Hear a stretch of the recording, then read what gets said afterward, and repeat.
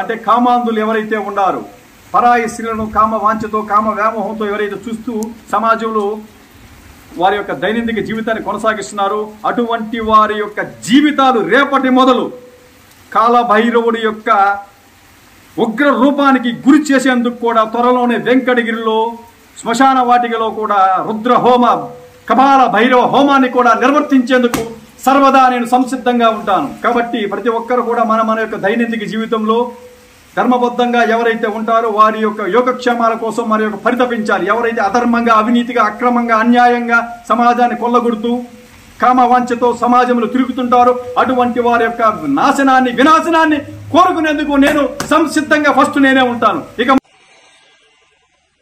నా పరిపూర్ణ పరిశుద్ధ హృదయంతో నిన్ను కొల్చు భాగ్యం ఇంకెప్పుడు ప్రభు ఈ జన్మకు.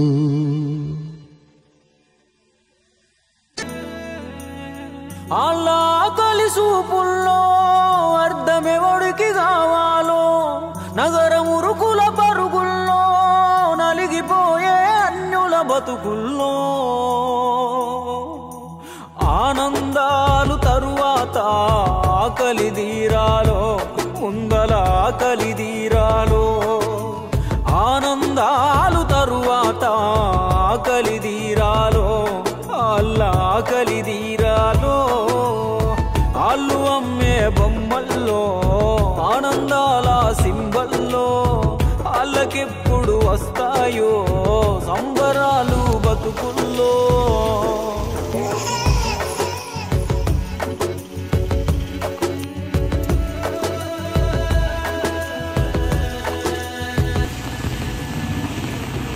బంగులాలో అలంకరణకై బొమ్మలెన్నో చేసే బతుకు, గుడిసెలో నా కాళ్ళు మడుచుకొని మింగుతున్నది పచ్చడి.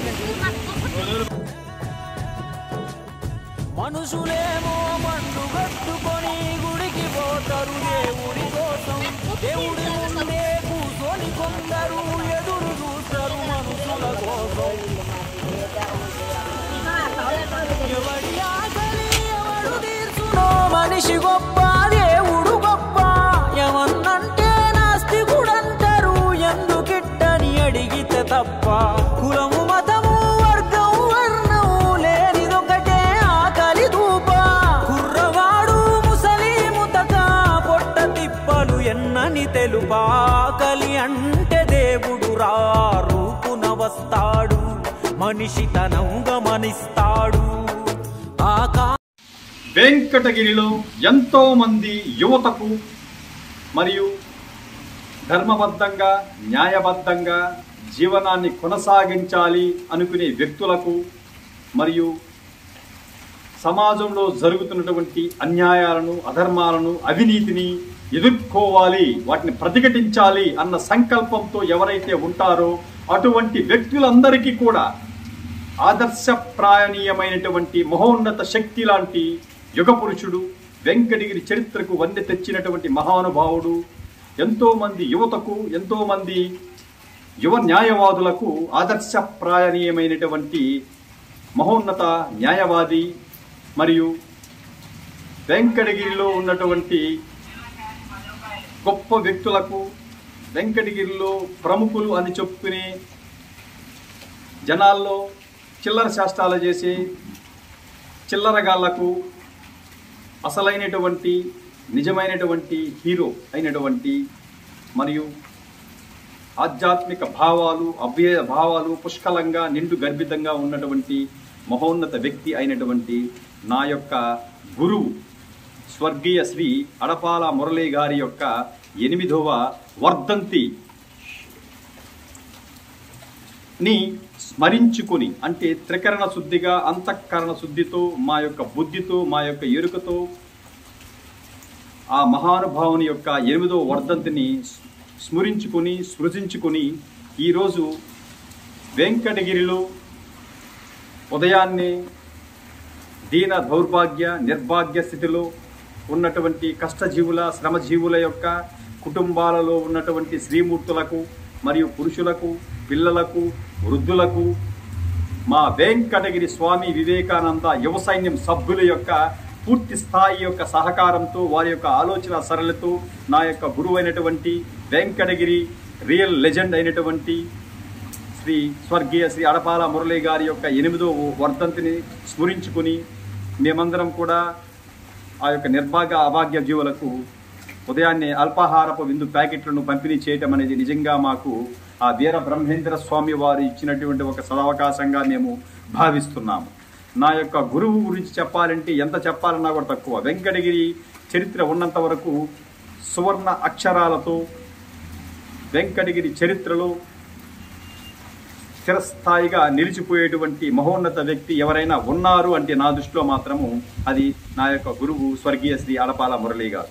ఎందుచేతంటే నా యొక్క గురువు అడపాల మురళి గారు నిరంతరం నాకు చెప్పేవారు, మగతనం అంటే పూర్తి స్థాయిలో అర్థాన్ని వివరించినటువంటి మహోన్నత వ్యక్తి.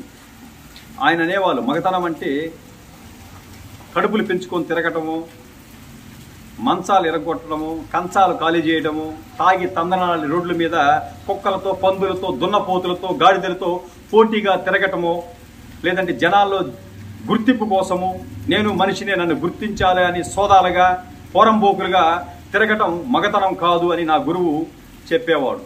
మగతనం అంటే అర్థము ఆయన వివరించిన మాటల్లో ఇప్పటికీ నాకు గుర్తు ఉంది.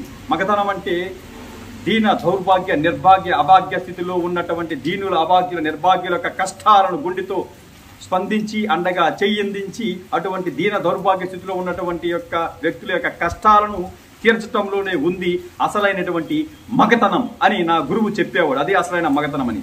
అంతేకాకుండా ఇంకో అర్థం చెప్పేవాడు, సమాజంలో జరుగుతున్నటువంటి అవినీతిని, అన్యాయాన్ని ప్రతిఘటించడమే అసలైనటువంటి మగతనం అని నా గురువు చెప్పేవాడు.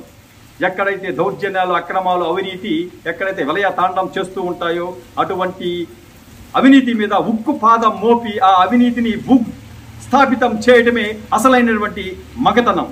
సాటి పరాయి స్త్రీలను తన యొక్క తల్లిగా ఎవరైతే భావిస్తారో అటువంటి భావించే వ్యక్తి యొక్క మనసులోను, బుద్ధిలోను, వారి యొక్క హృదయంలోను మగతనము నిండు గర్భితంగా ఉంటుందని చెప్పేవాడు నా గురువు.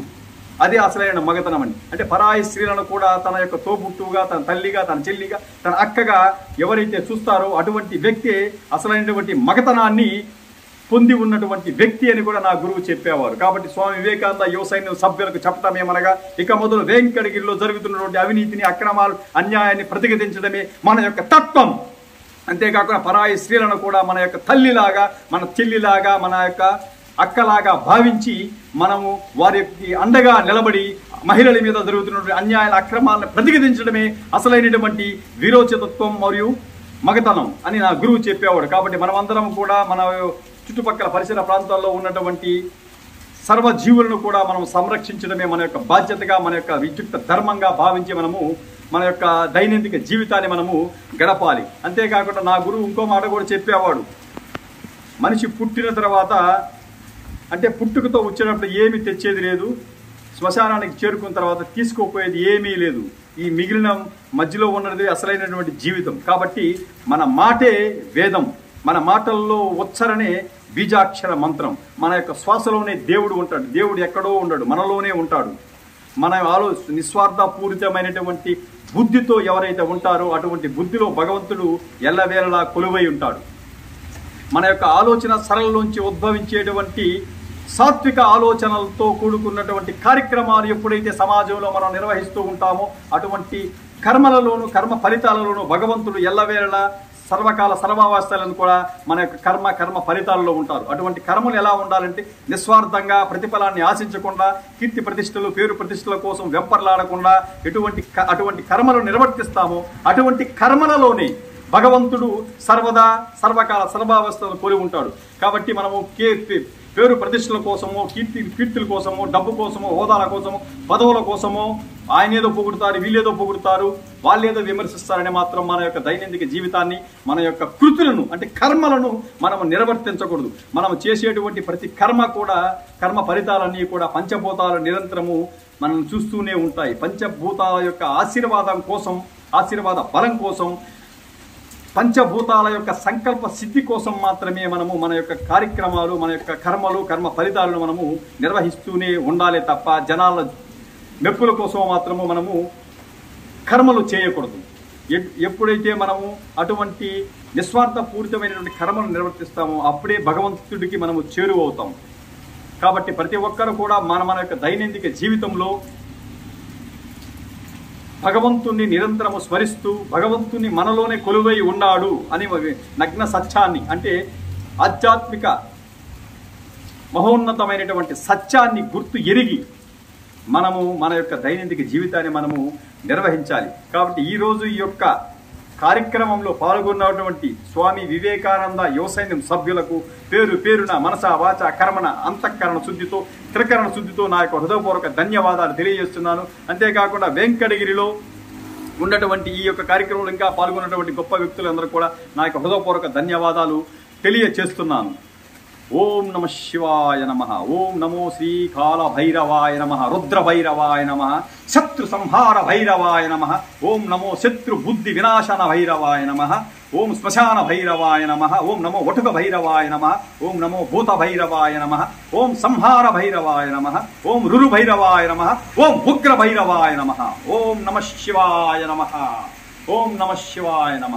ఓం శ్రీకృష్ణం వందే జగద్గురుం. ఓం రుద్రకాళి భద్రకాళి ప్రచండకాళి ప్రసన్నకాళి కుష్మాండకాళి ఓం శ్మశానకాళి రక్తచందనధారిణి. కాబట్టి ఈ యొక్క శక్తిమాతలు మరియు భైరవులందరూ కూడా మన వెంకటగిరిలో ఉన్నటువంటి ధర్మబద్ధంగా న్యాయబద్ధంగా ఎవరైతే గృహస్థ జీవనాన్ని కొనసాగిస్తున్నారో అటువంటి వ్యక్తులకు అందరికి కూడా కాళీమాత మరియు కాలభైరుడు యొక్క కృపా కటాక్షాలు ఎల్లవేళలా సిద్ధించాలని కూడా నేను కోరుకుంటున్నాను. దుర్మార్గులు, నీచులు, అవినీతిపరులు, చండాలు, అక్రమాలు మరియు కామంతో ఒళ్ళు బుద్ధి ఎరిగి సమాజంలో కుక్కలతో పందులతో పోటీగా, అంటే కామాంధులు ఎవరైతే ఉన్నారో పరాయి స్త్రీలను కామ వాంఛతో కామ వ్యామోహంతో ఎవరైతే చూస్తూ సమాజంలో వారి యొక్క దైనందిక జీవితాన్ని కొనసాగిస్తున్నారో అటువంటి వారి యొక్క జీవితాలు రేపటి మొదలు కాలభైరవుడి యొక్క ఉగ్ర రూపానికి గురి చేసేందుకు కూడా త్వరలోనే వెంకటగిరిలో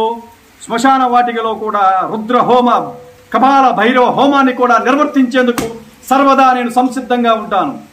కాబట్టి ప్రతి ఒక్కరు కూడా మన యొక్క దైనందిక జీవితంలో ధర్మబద్ధంగా ఎవరైతే ఉంటారో వారి యొక్క యోగక్షేమాల కోసం మరి యొక్క పరితపించాలి. ఎవరైతే అధర్మంగా, అవినీతిగా, అక్రమంగా, అన్యాయంగా సమాజాన్ని కొల్లగొడుతూ కామవాంఛతో సమాజంలో తిరుగుతుంటారు అటువంటి వారి యొక్క వినాశనాన్ని కోరుకునేందుకు నేను సంసిద్ధంగా ఫస్ట్ నేనే ఉంటాను. ఇక మొదలు వెంకటగిరిలో ధర్మ పరిరక్షణ కొరకు సంసిద్ధమయ్యేందుకు నేను నా యొక్క స్వామి వివేకానంద యువ సైన్యం కట్టుకొని కొనసాగిస్తున్నాం. ఈ యొక్క కార్యక్రమంలో పాల్గొన్న ప్రతి ఒక్క సభ్యునికి పేరు పేరున హృదయపూర్వక ధన్యవాదాలు తెలియజేస్తున్నాను. పంచభూతాల యొక్క ఆశీర్వాద బలం అందరికీ అన్ని వేళలా సంకల్పించాలని నేను కోరుకుంటున్నాను. Thank you very much.